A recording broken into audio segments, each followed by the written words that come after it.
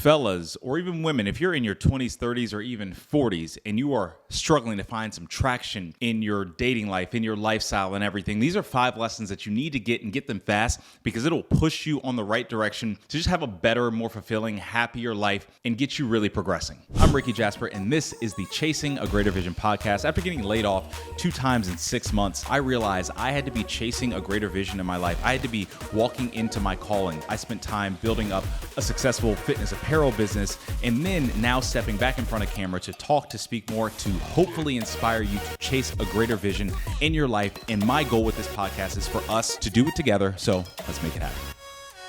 Welcome back to the Chasing a Greater Vision podcast. I'm your host, Rickey Jasper. Today is a good one. Today is going to be fun. It's 5 lessons if you are in your 20s and 30s that you definitely should learn, or if you're in your 40s. These 5, I'll just run them down real quick because I'm excited. We'll get right into it. 1, audit your dating life. 2, gain some type of emotional intelligence. 3, have some type of financial literacy. 4, limit your social media. And 5, have a level of self-discipline.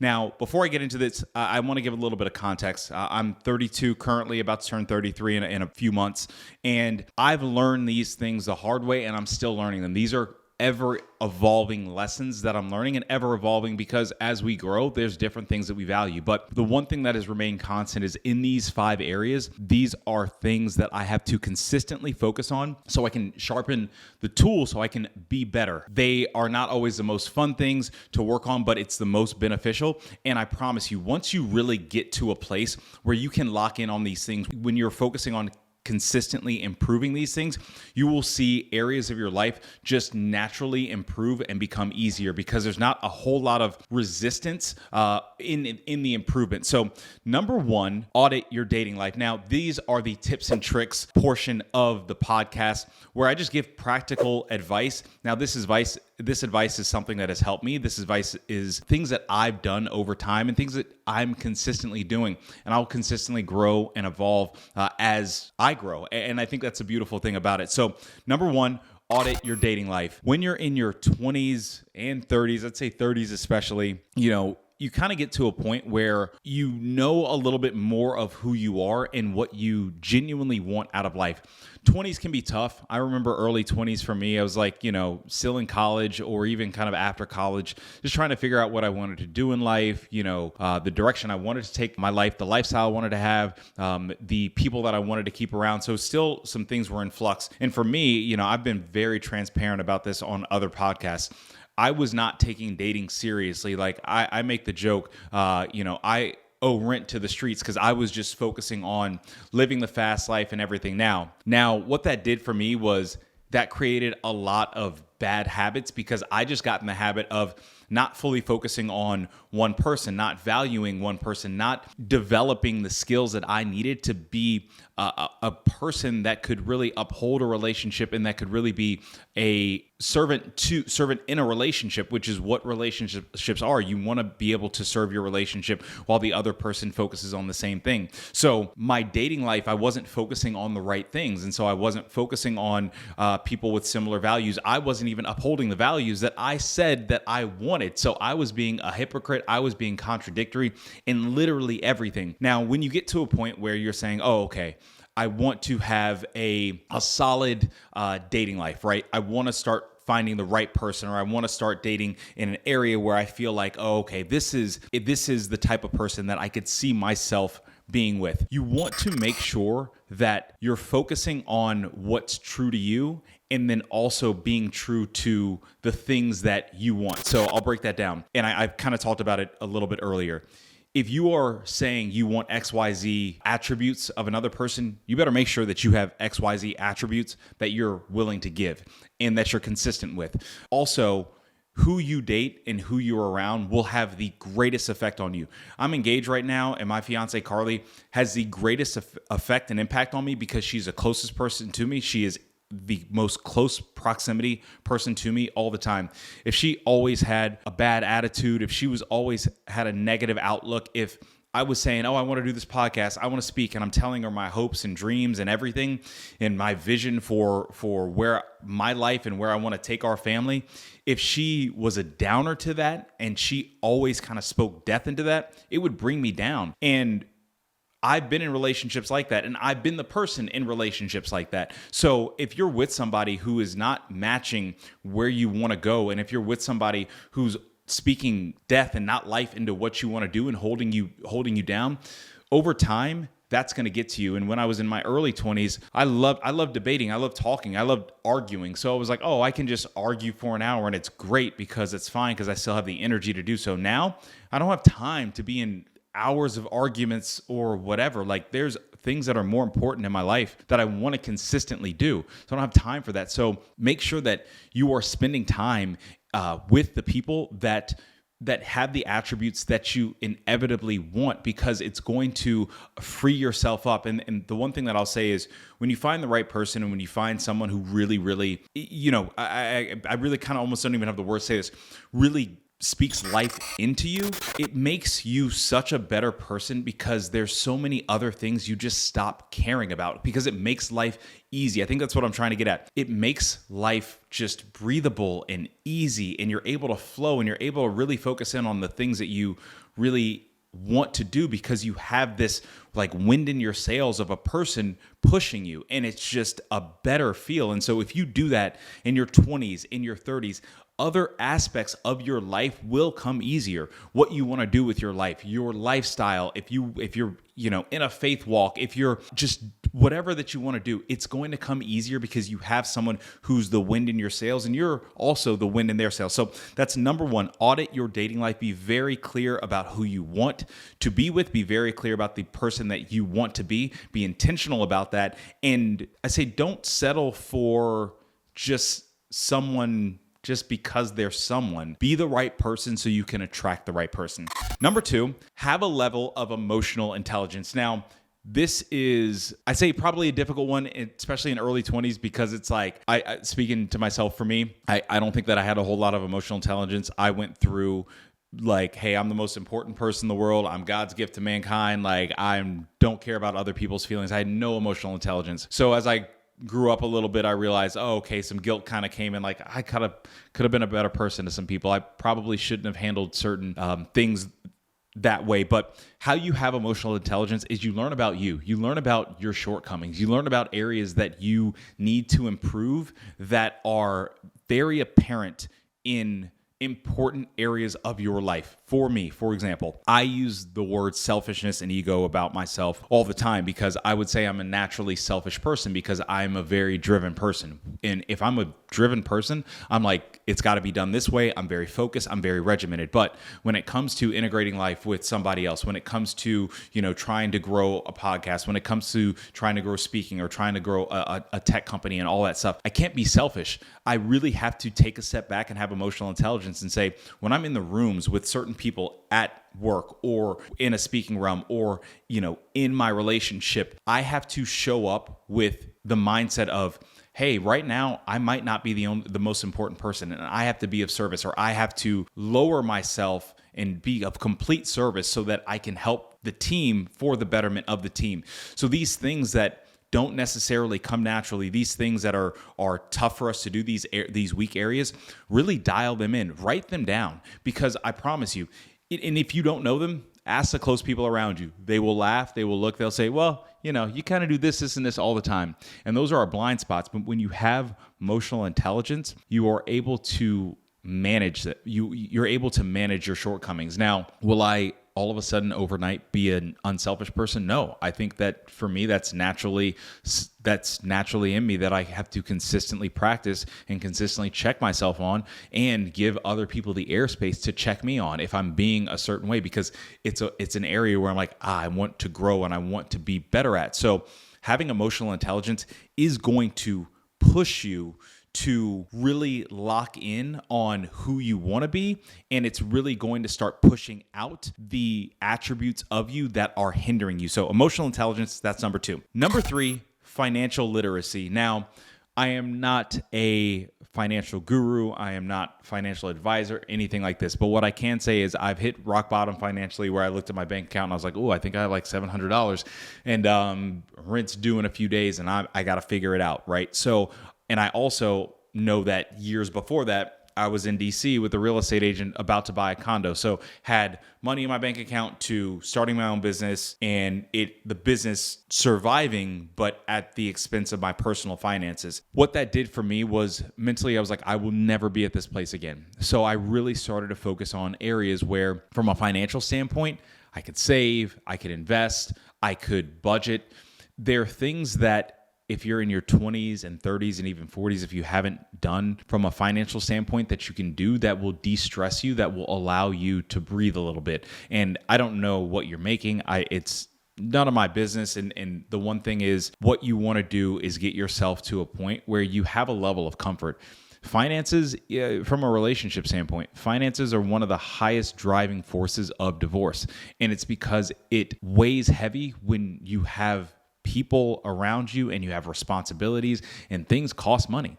And if you don't have your finances straight, then you're in a chase to get money to put back into kind of a bucket that always has a hole that you're always trying to fill.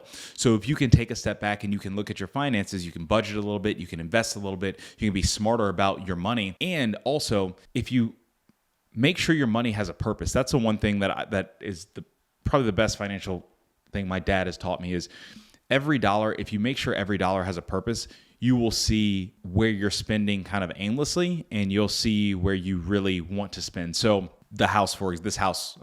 for example, we wanted to save up for a house and everything like that. When we really got intentional about that was, okay, this is a purpose. Now our dollars have a purpose behind it. Now we said, okay, we want to save this amount.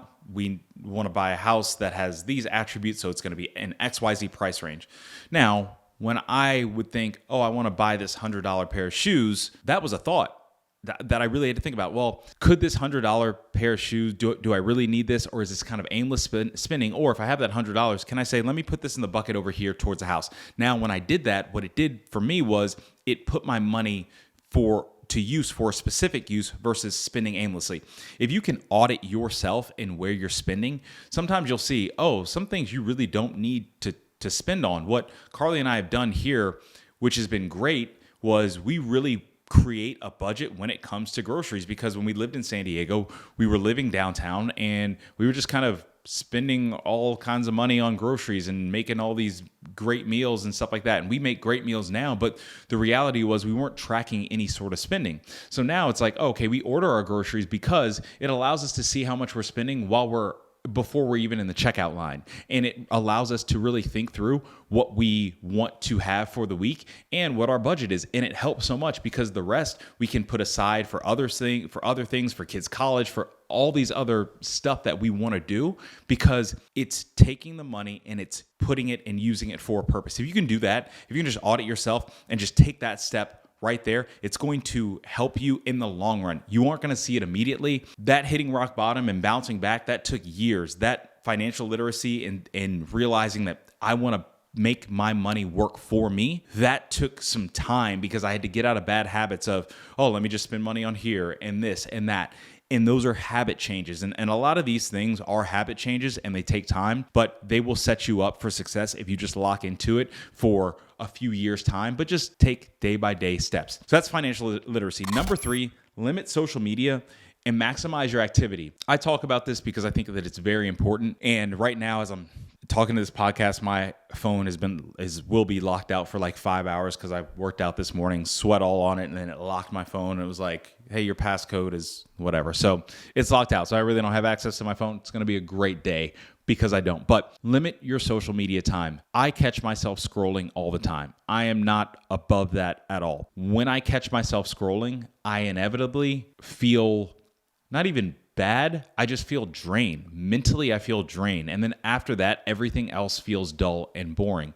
Because what happens is it's just giving quick dopamine hits. And if that's my source of dopamine hits, and that's what I rely on, then everything else is going to feel dull. The real hard stuff that I want to do, the hard stuff in a relationship, the hard stuff in workouts, the hard stuff at work are not going to feel rewarding. And those are the things that are genuinely in reality rewarding. So if you can limit your social media and if you can limit your time scrolling, you'll see how much time you have back. You'll see how much time you can put into other things.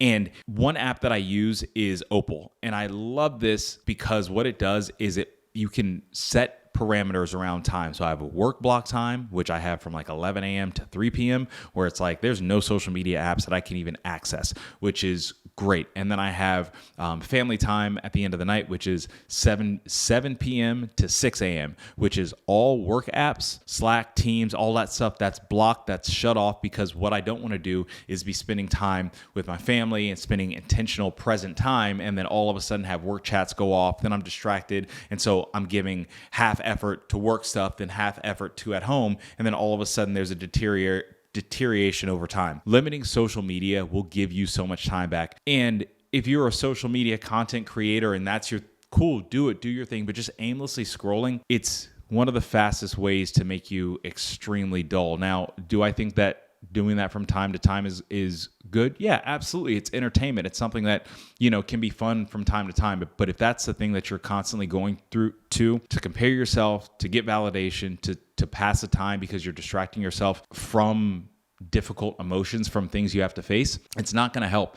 This is the other thing that I think is probably interesting that I don't have an answer to, and I don't think that we will know until maybe 10, 20, 30 years down the line. I'm 32, so when Instagram came out, that was my last semester of college, right? I did an extra semester in college, so it was my last semester in college, and it didn't have all the features that it had now, right? MySpace, I don't even think we had it on mobile, so I don't know what the implications of just consistently looking at our phones and scrolling is going to be 10, 20 years from now.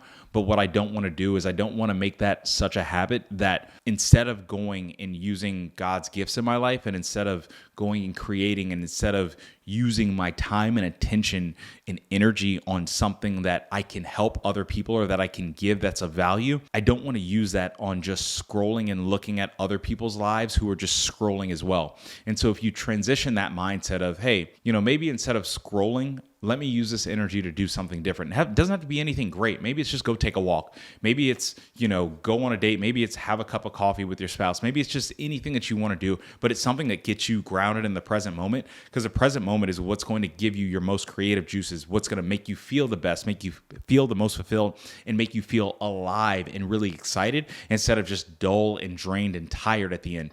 If you can change that up, you can see how your life is going to change, and a lot of things that you might think that you can't do, you actually can do. And I'm saying this because social media has become such a prevalent area of our life, and every company has an app that's like an app that's like an app. So you propagate every bit of content on every platform, and you have to go to every platform to look at every update, and it becomes a lot. So that's that. Number 3, self-discipline. This is the most fun one for me because it's an area where I really like to focus in on. There's areas that I need to be more self-disciplined that I'm just not, right? Like social media is one where I know that I'm not disciplined when it comes to that, so I have to set up blockers and limitations, right? I've talked about this, and hopefully so this video doesn't get flagged. In the past, my focus was on explicit websites and everything. So it's like I set up things where it's like, okay, I block myself from that because I'm like, these are areas that I need to be self-disciplined in because it's going to make me a better person, because I'm able to show up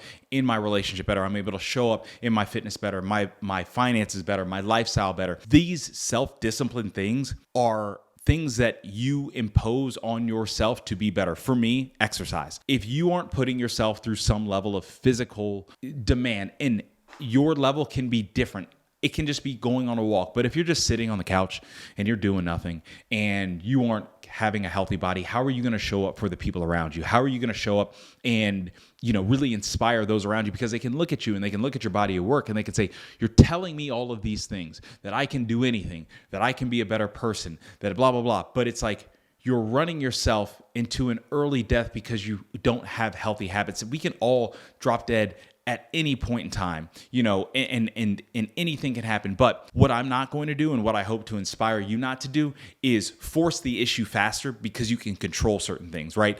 The self-discipline in your job, showing up. And I used to write on my to-do list tasks, or I used to write to-do list on my to-do list, and then I used to write the tasks. Now I just write opportunities, because what it does is it flips my mindset to say, these aren't just tasks, these are opportunities that I get to work in and be disciplined in and give my best in. And I had to learn over time, hey, when a task is in front of me, let me give 1,000%. And it takes time, but I don't want to be in a situation where I have to give 100%. And because I haven't practiced giving 100%, I actually can't give 100%. And that's where the translation is. In your relationship, there's a level of self-discipline that has to happen for a relationship to thrive. Like if you are in a committed relationship and you want to be in a monogamous relationship, there are guardrails that you have to inevitably set that you can no longer step across that bounds, because that is going to be a detriment to your relationship. And if you're in your 20s and 30s, early on, it can seem like, oh, it's no big deal, such and such. But these are habits that you're creating, that you're ingraining, that you're okaying, that over time, it's going to be the thing that erodes a relationship. I say that because I speak from experience. I was a person who was always stepping over guardrails to the point where I was like, there's no guardrail. I'm just going and doing. And then when I got into a committed relationship where I was like, oh, okay, I should probably be a better person, I was like, why is this so hard for me? Why is this hard for me to focus in and being a committed person, focus in and being a present person? It's because I never disciplined myself before. So the thought that, oh, because there is a title on a relationship, that all of a sudden that's going to make you a perfect person, it's not it. That's not reality. The self-discipline and the focus on really locking in and bettering your habits, that is what's going to help. These things, all of these things, from auditing your dating life, from emotional intelligence, from financial literacy, from limiting social media to self-discipline, these 5 things I have found have been the most important thing. The reason being is because I can write them down and I can say, this is an area that I'm not doing the best under this category, and this is an area that I'm doing really well. And I can tangibly say, hey, in my relationship, I want to do this better. From emotional intelligence standpoint, this is an area that I'm weak and I want to do this better. From a financial standpoint, this is an area where I'm spending too much, or I'm doing whatever with money over here that maybe I can reallocate over here. From a social media standpoint, my phone and your phone says, this is the amount of screen time you have. It's measurable metrics. I can look from week to week and say, did I do better? Or day to day, did I do better today? Did I abide by what I need to do? Or I can say, man, I can look at how drained I feel by the end of the day, and I can be like, well, I spent a lot of the day in my idle time scrolling and not doing a lot of activity. Maybe that's it. And then self-discipline is something where, again, in all of those areas, you can just look and you can see day by day if you are really walking through what you said that you're going to. Now, these are 5 lessons that have helped me. I hope they help you. The word of the day for today is consistency. Anything when it comes to lessons, you have to be consistent. It's going to take practice. It's going to take time to be there and to consistently do something even when you don't feel like it. But having the wherewithal to know that if you do things consistently and if you really lock in on things on a consistent basis, they will get easier over time. Wednesdays and Saturdays are my hell workout days. They are the toughest workouts. They're the workouts that I put on the schedule because I'm like, physically, I know I'm going to be able to do them, but mentally, I don't know. I need to push myself to see if I can get there, because I know my body can get there. But mentally, am I going to want to quit? So it doesn't matter how I feel. I go into it saying, I'm just going to get it done.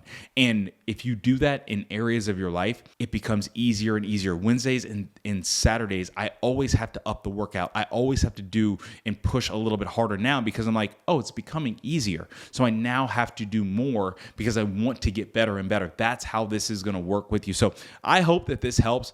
I got into it. If it helped you, share it, like it. Please send it to somebody that you know who needs it. The focus of this podcast is to just better ourselves and better ourselves together. If you have any questions, shoot me a comment, shoot me a DM. You can find me on all the socials, and I will see you next time. Peace. Thank you all so much for watching the Chasing a Greater Vision podcast. If you like this podcast, please like, comment, subscribe, hit the bell, send it to friends, use a carrier pigeon, do whatever you have to do. We hope that this inspires you to chase your greater vision in your life and for us to continually and consistently do it together.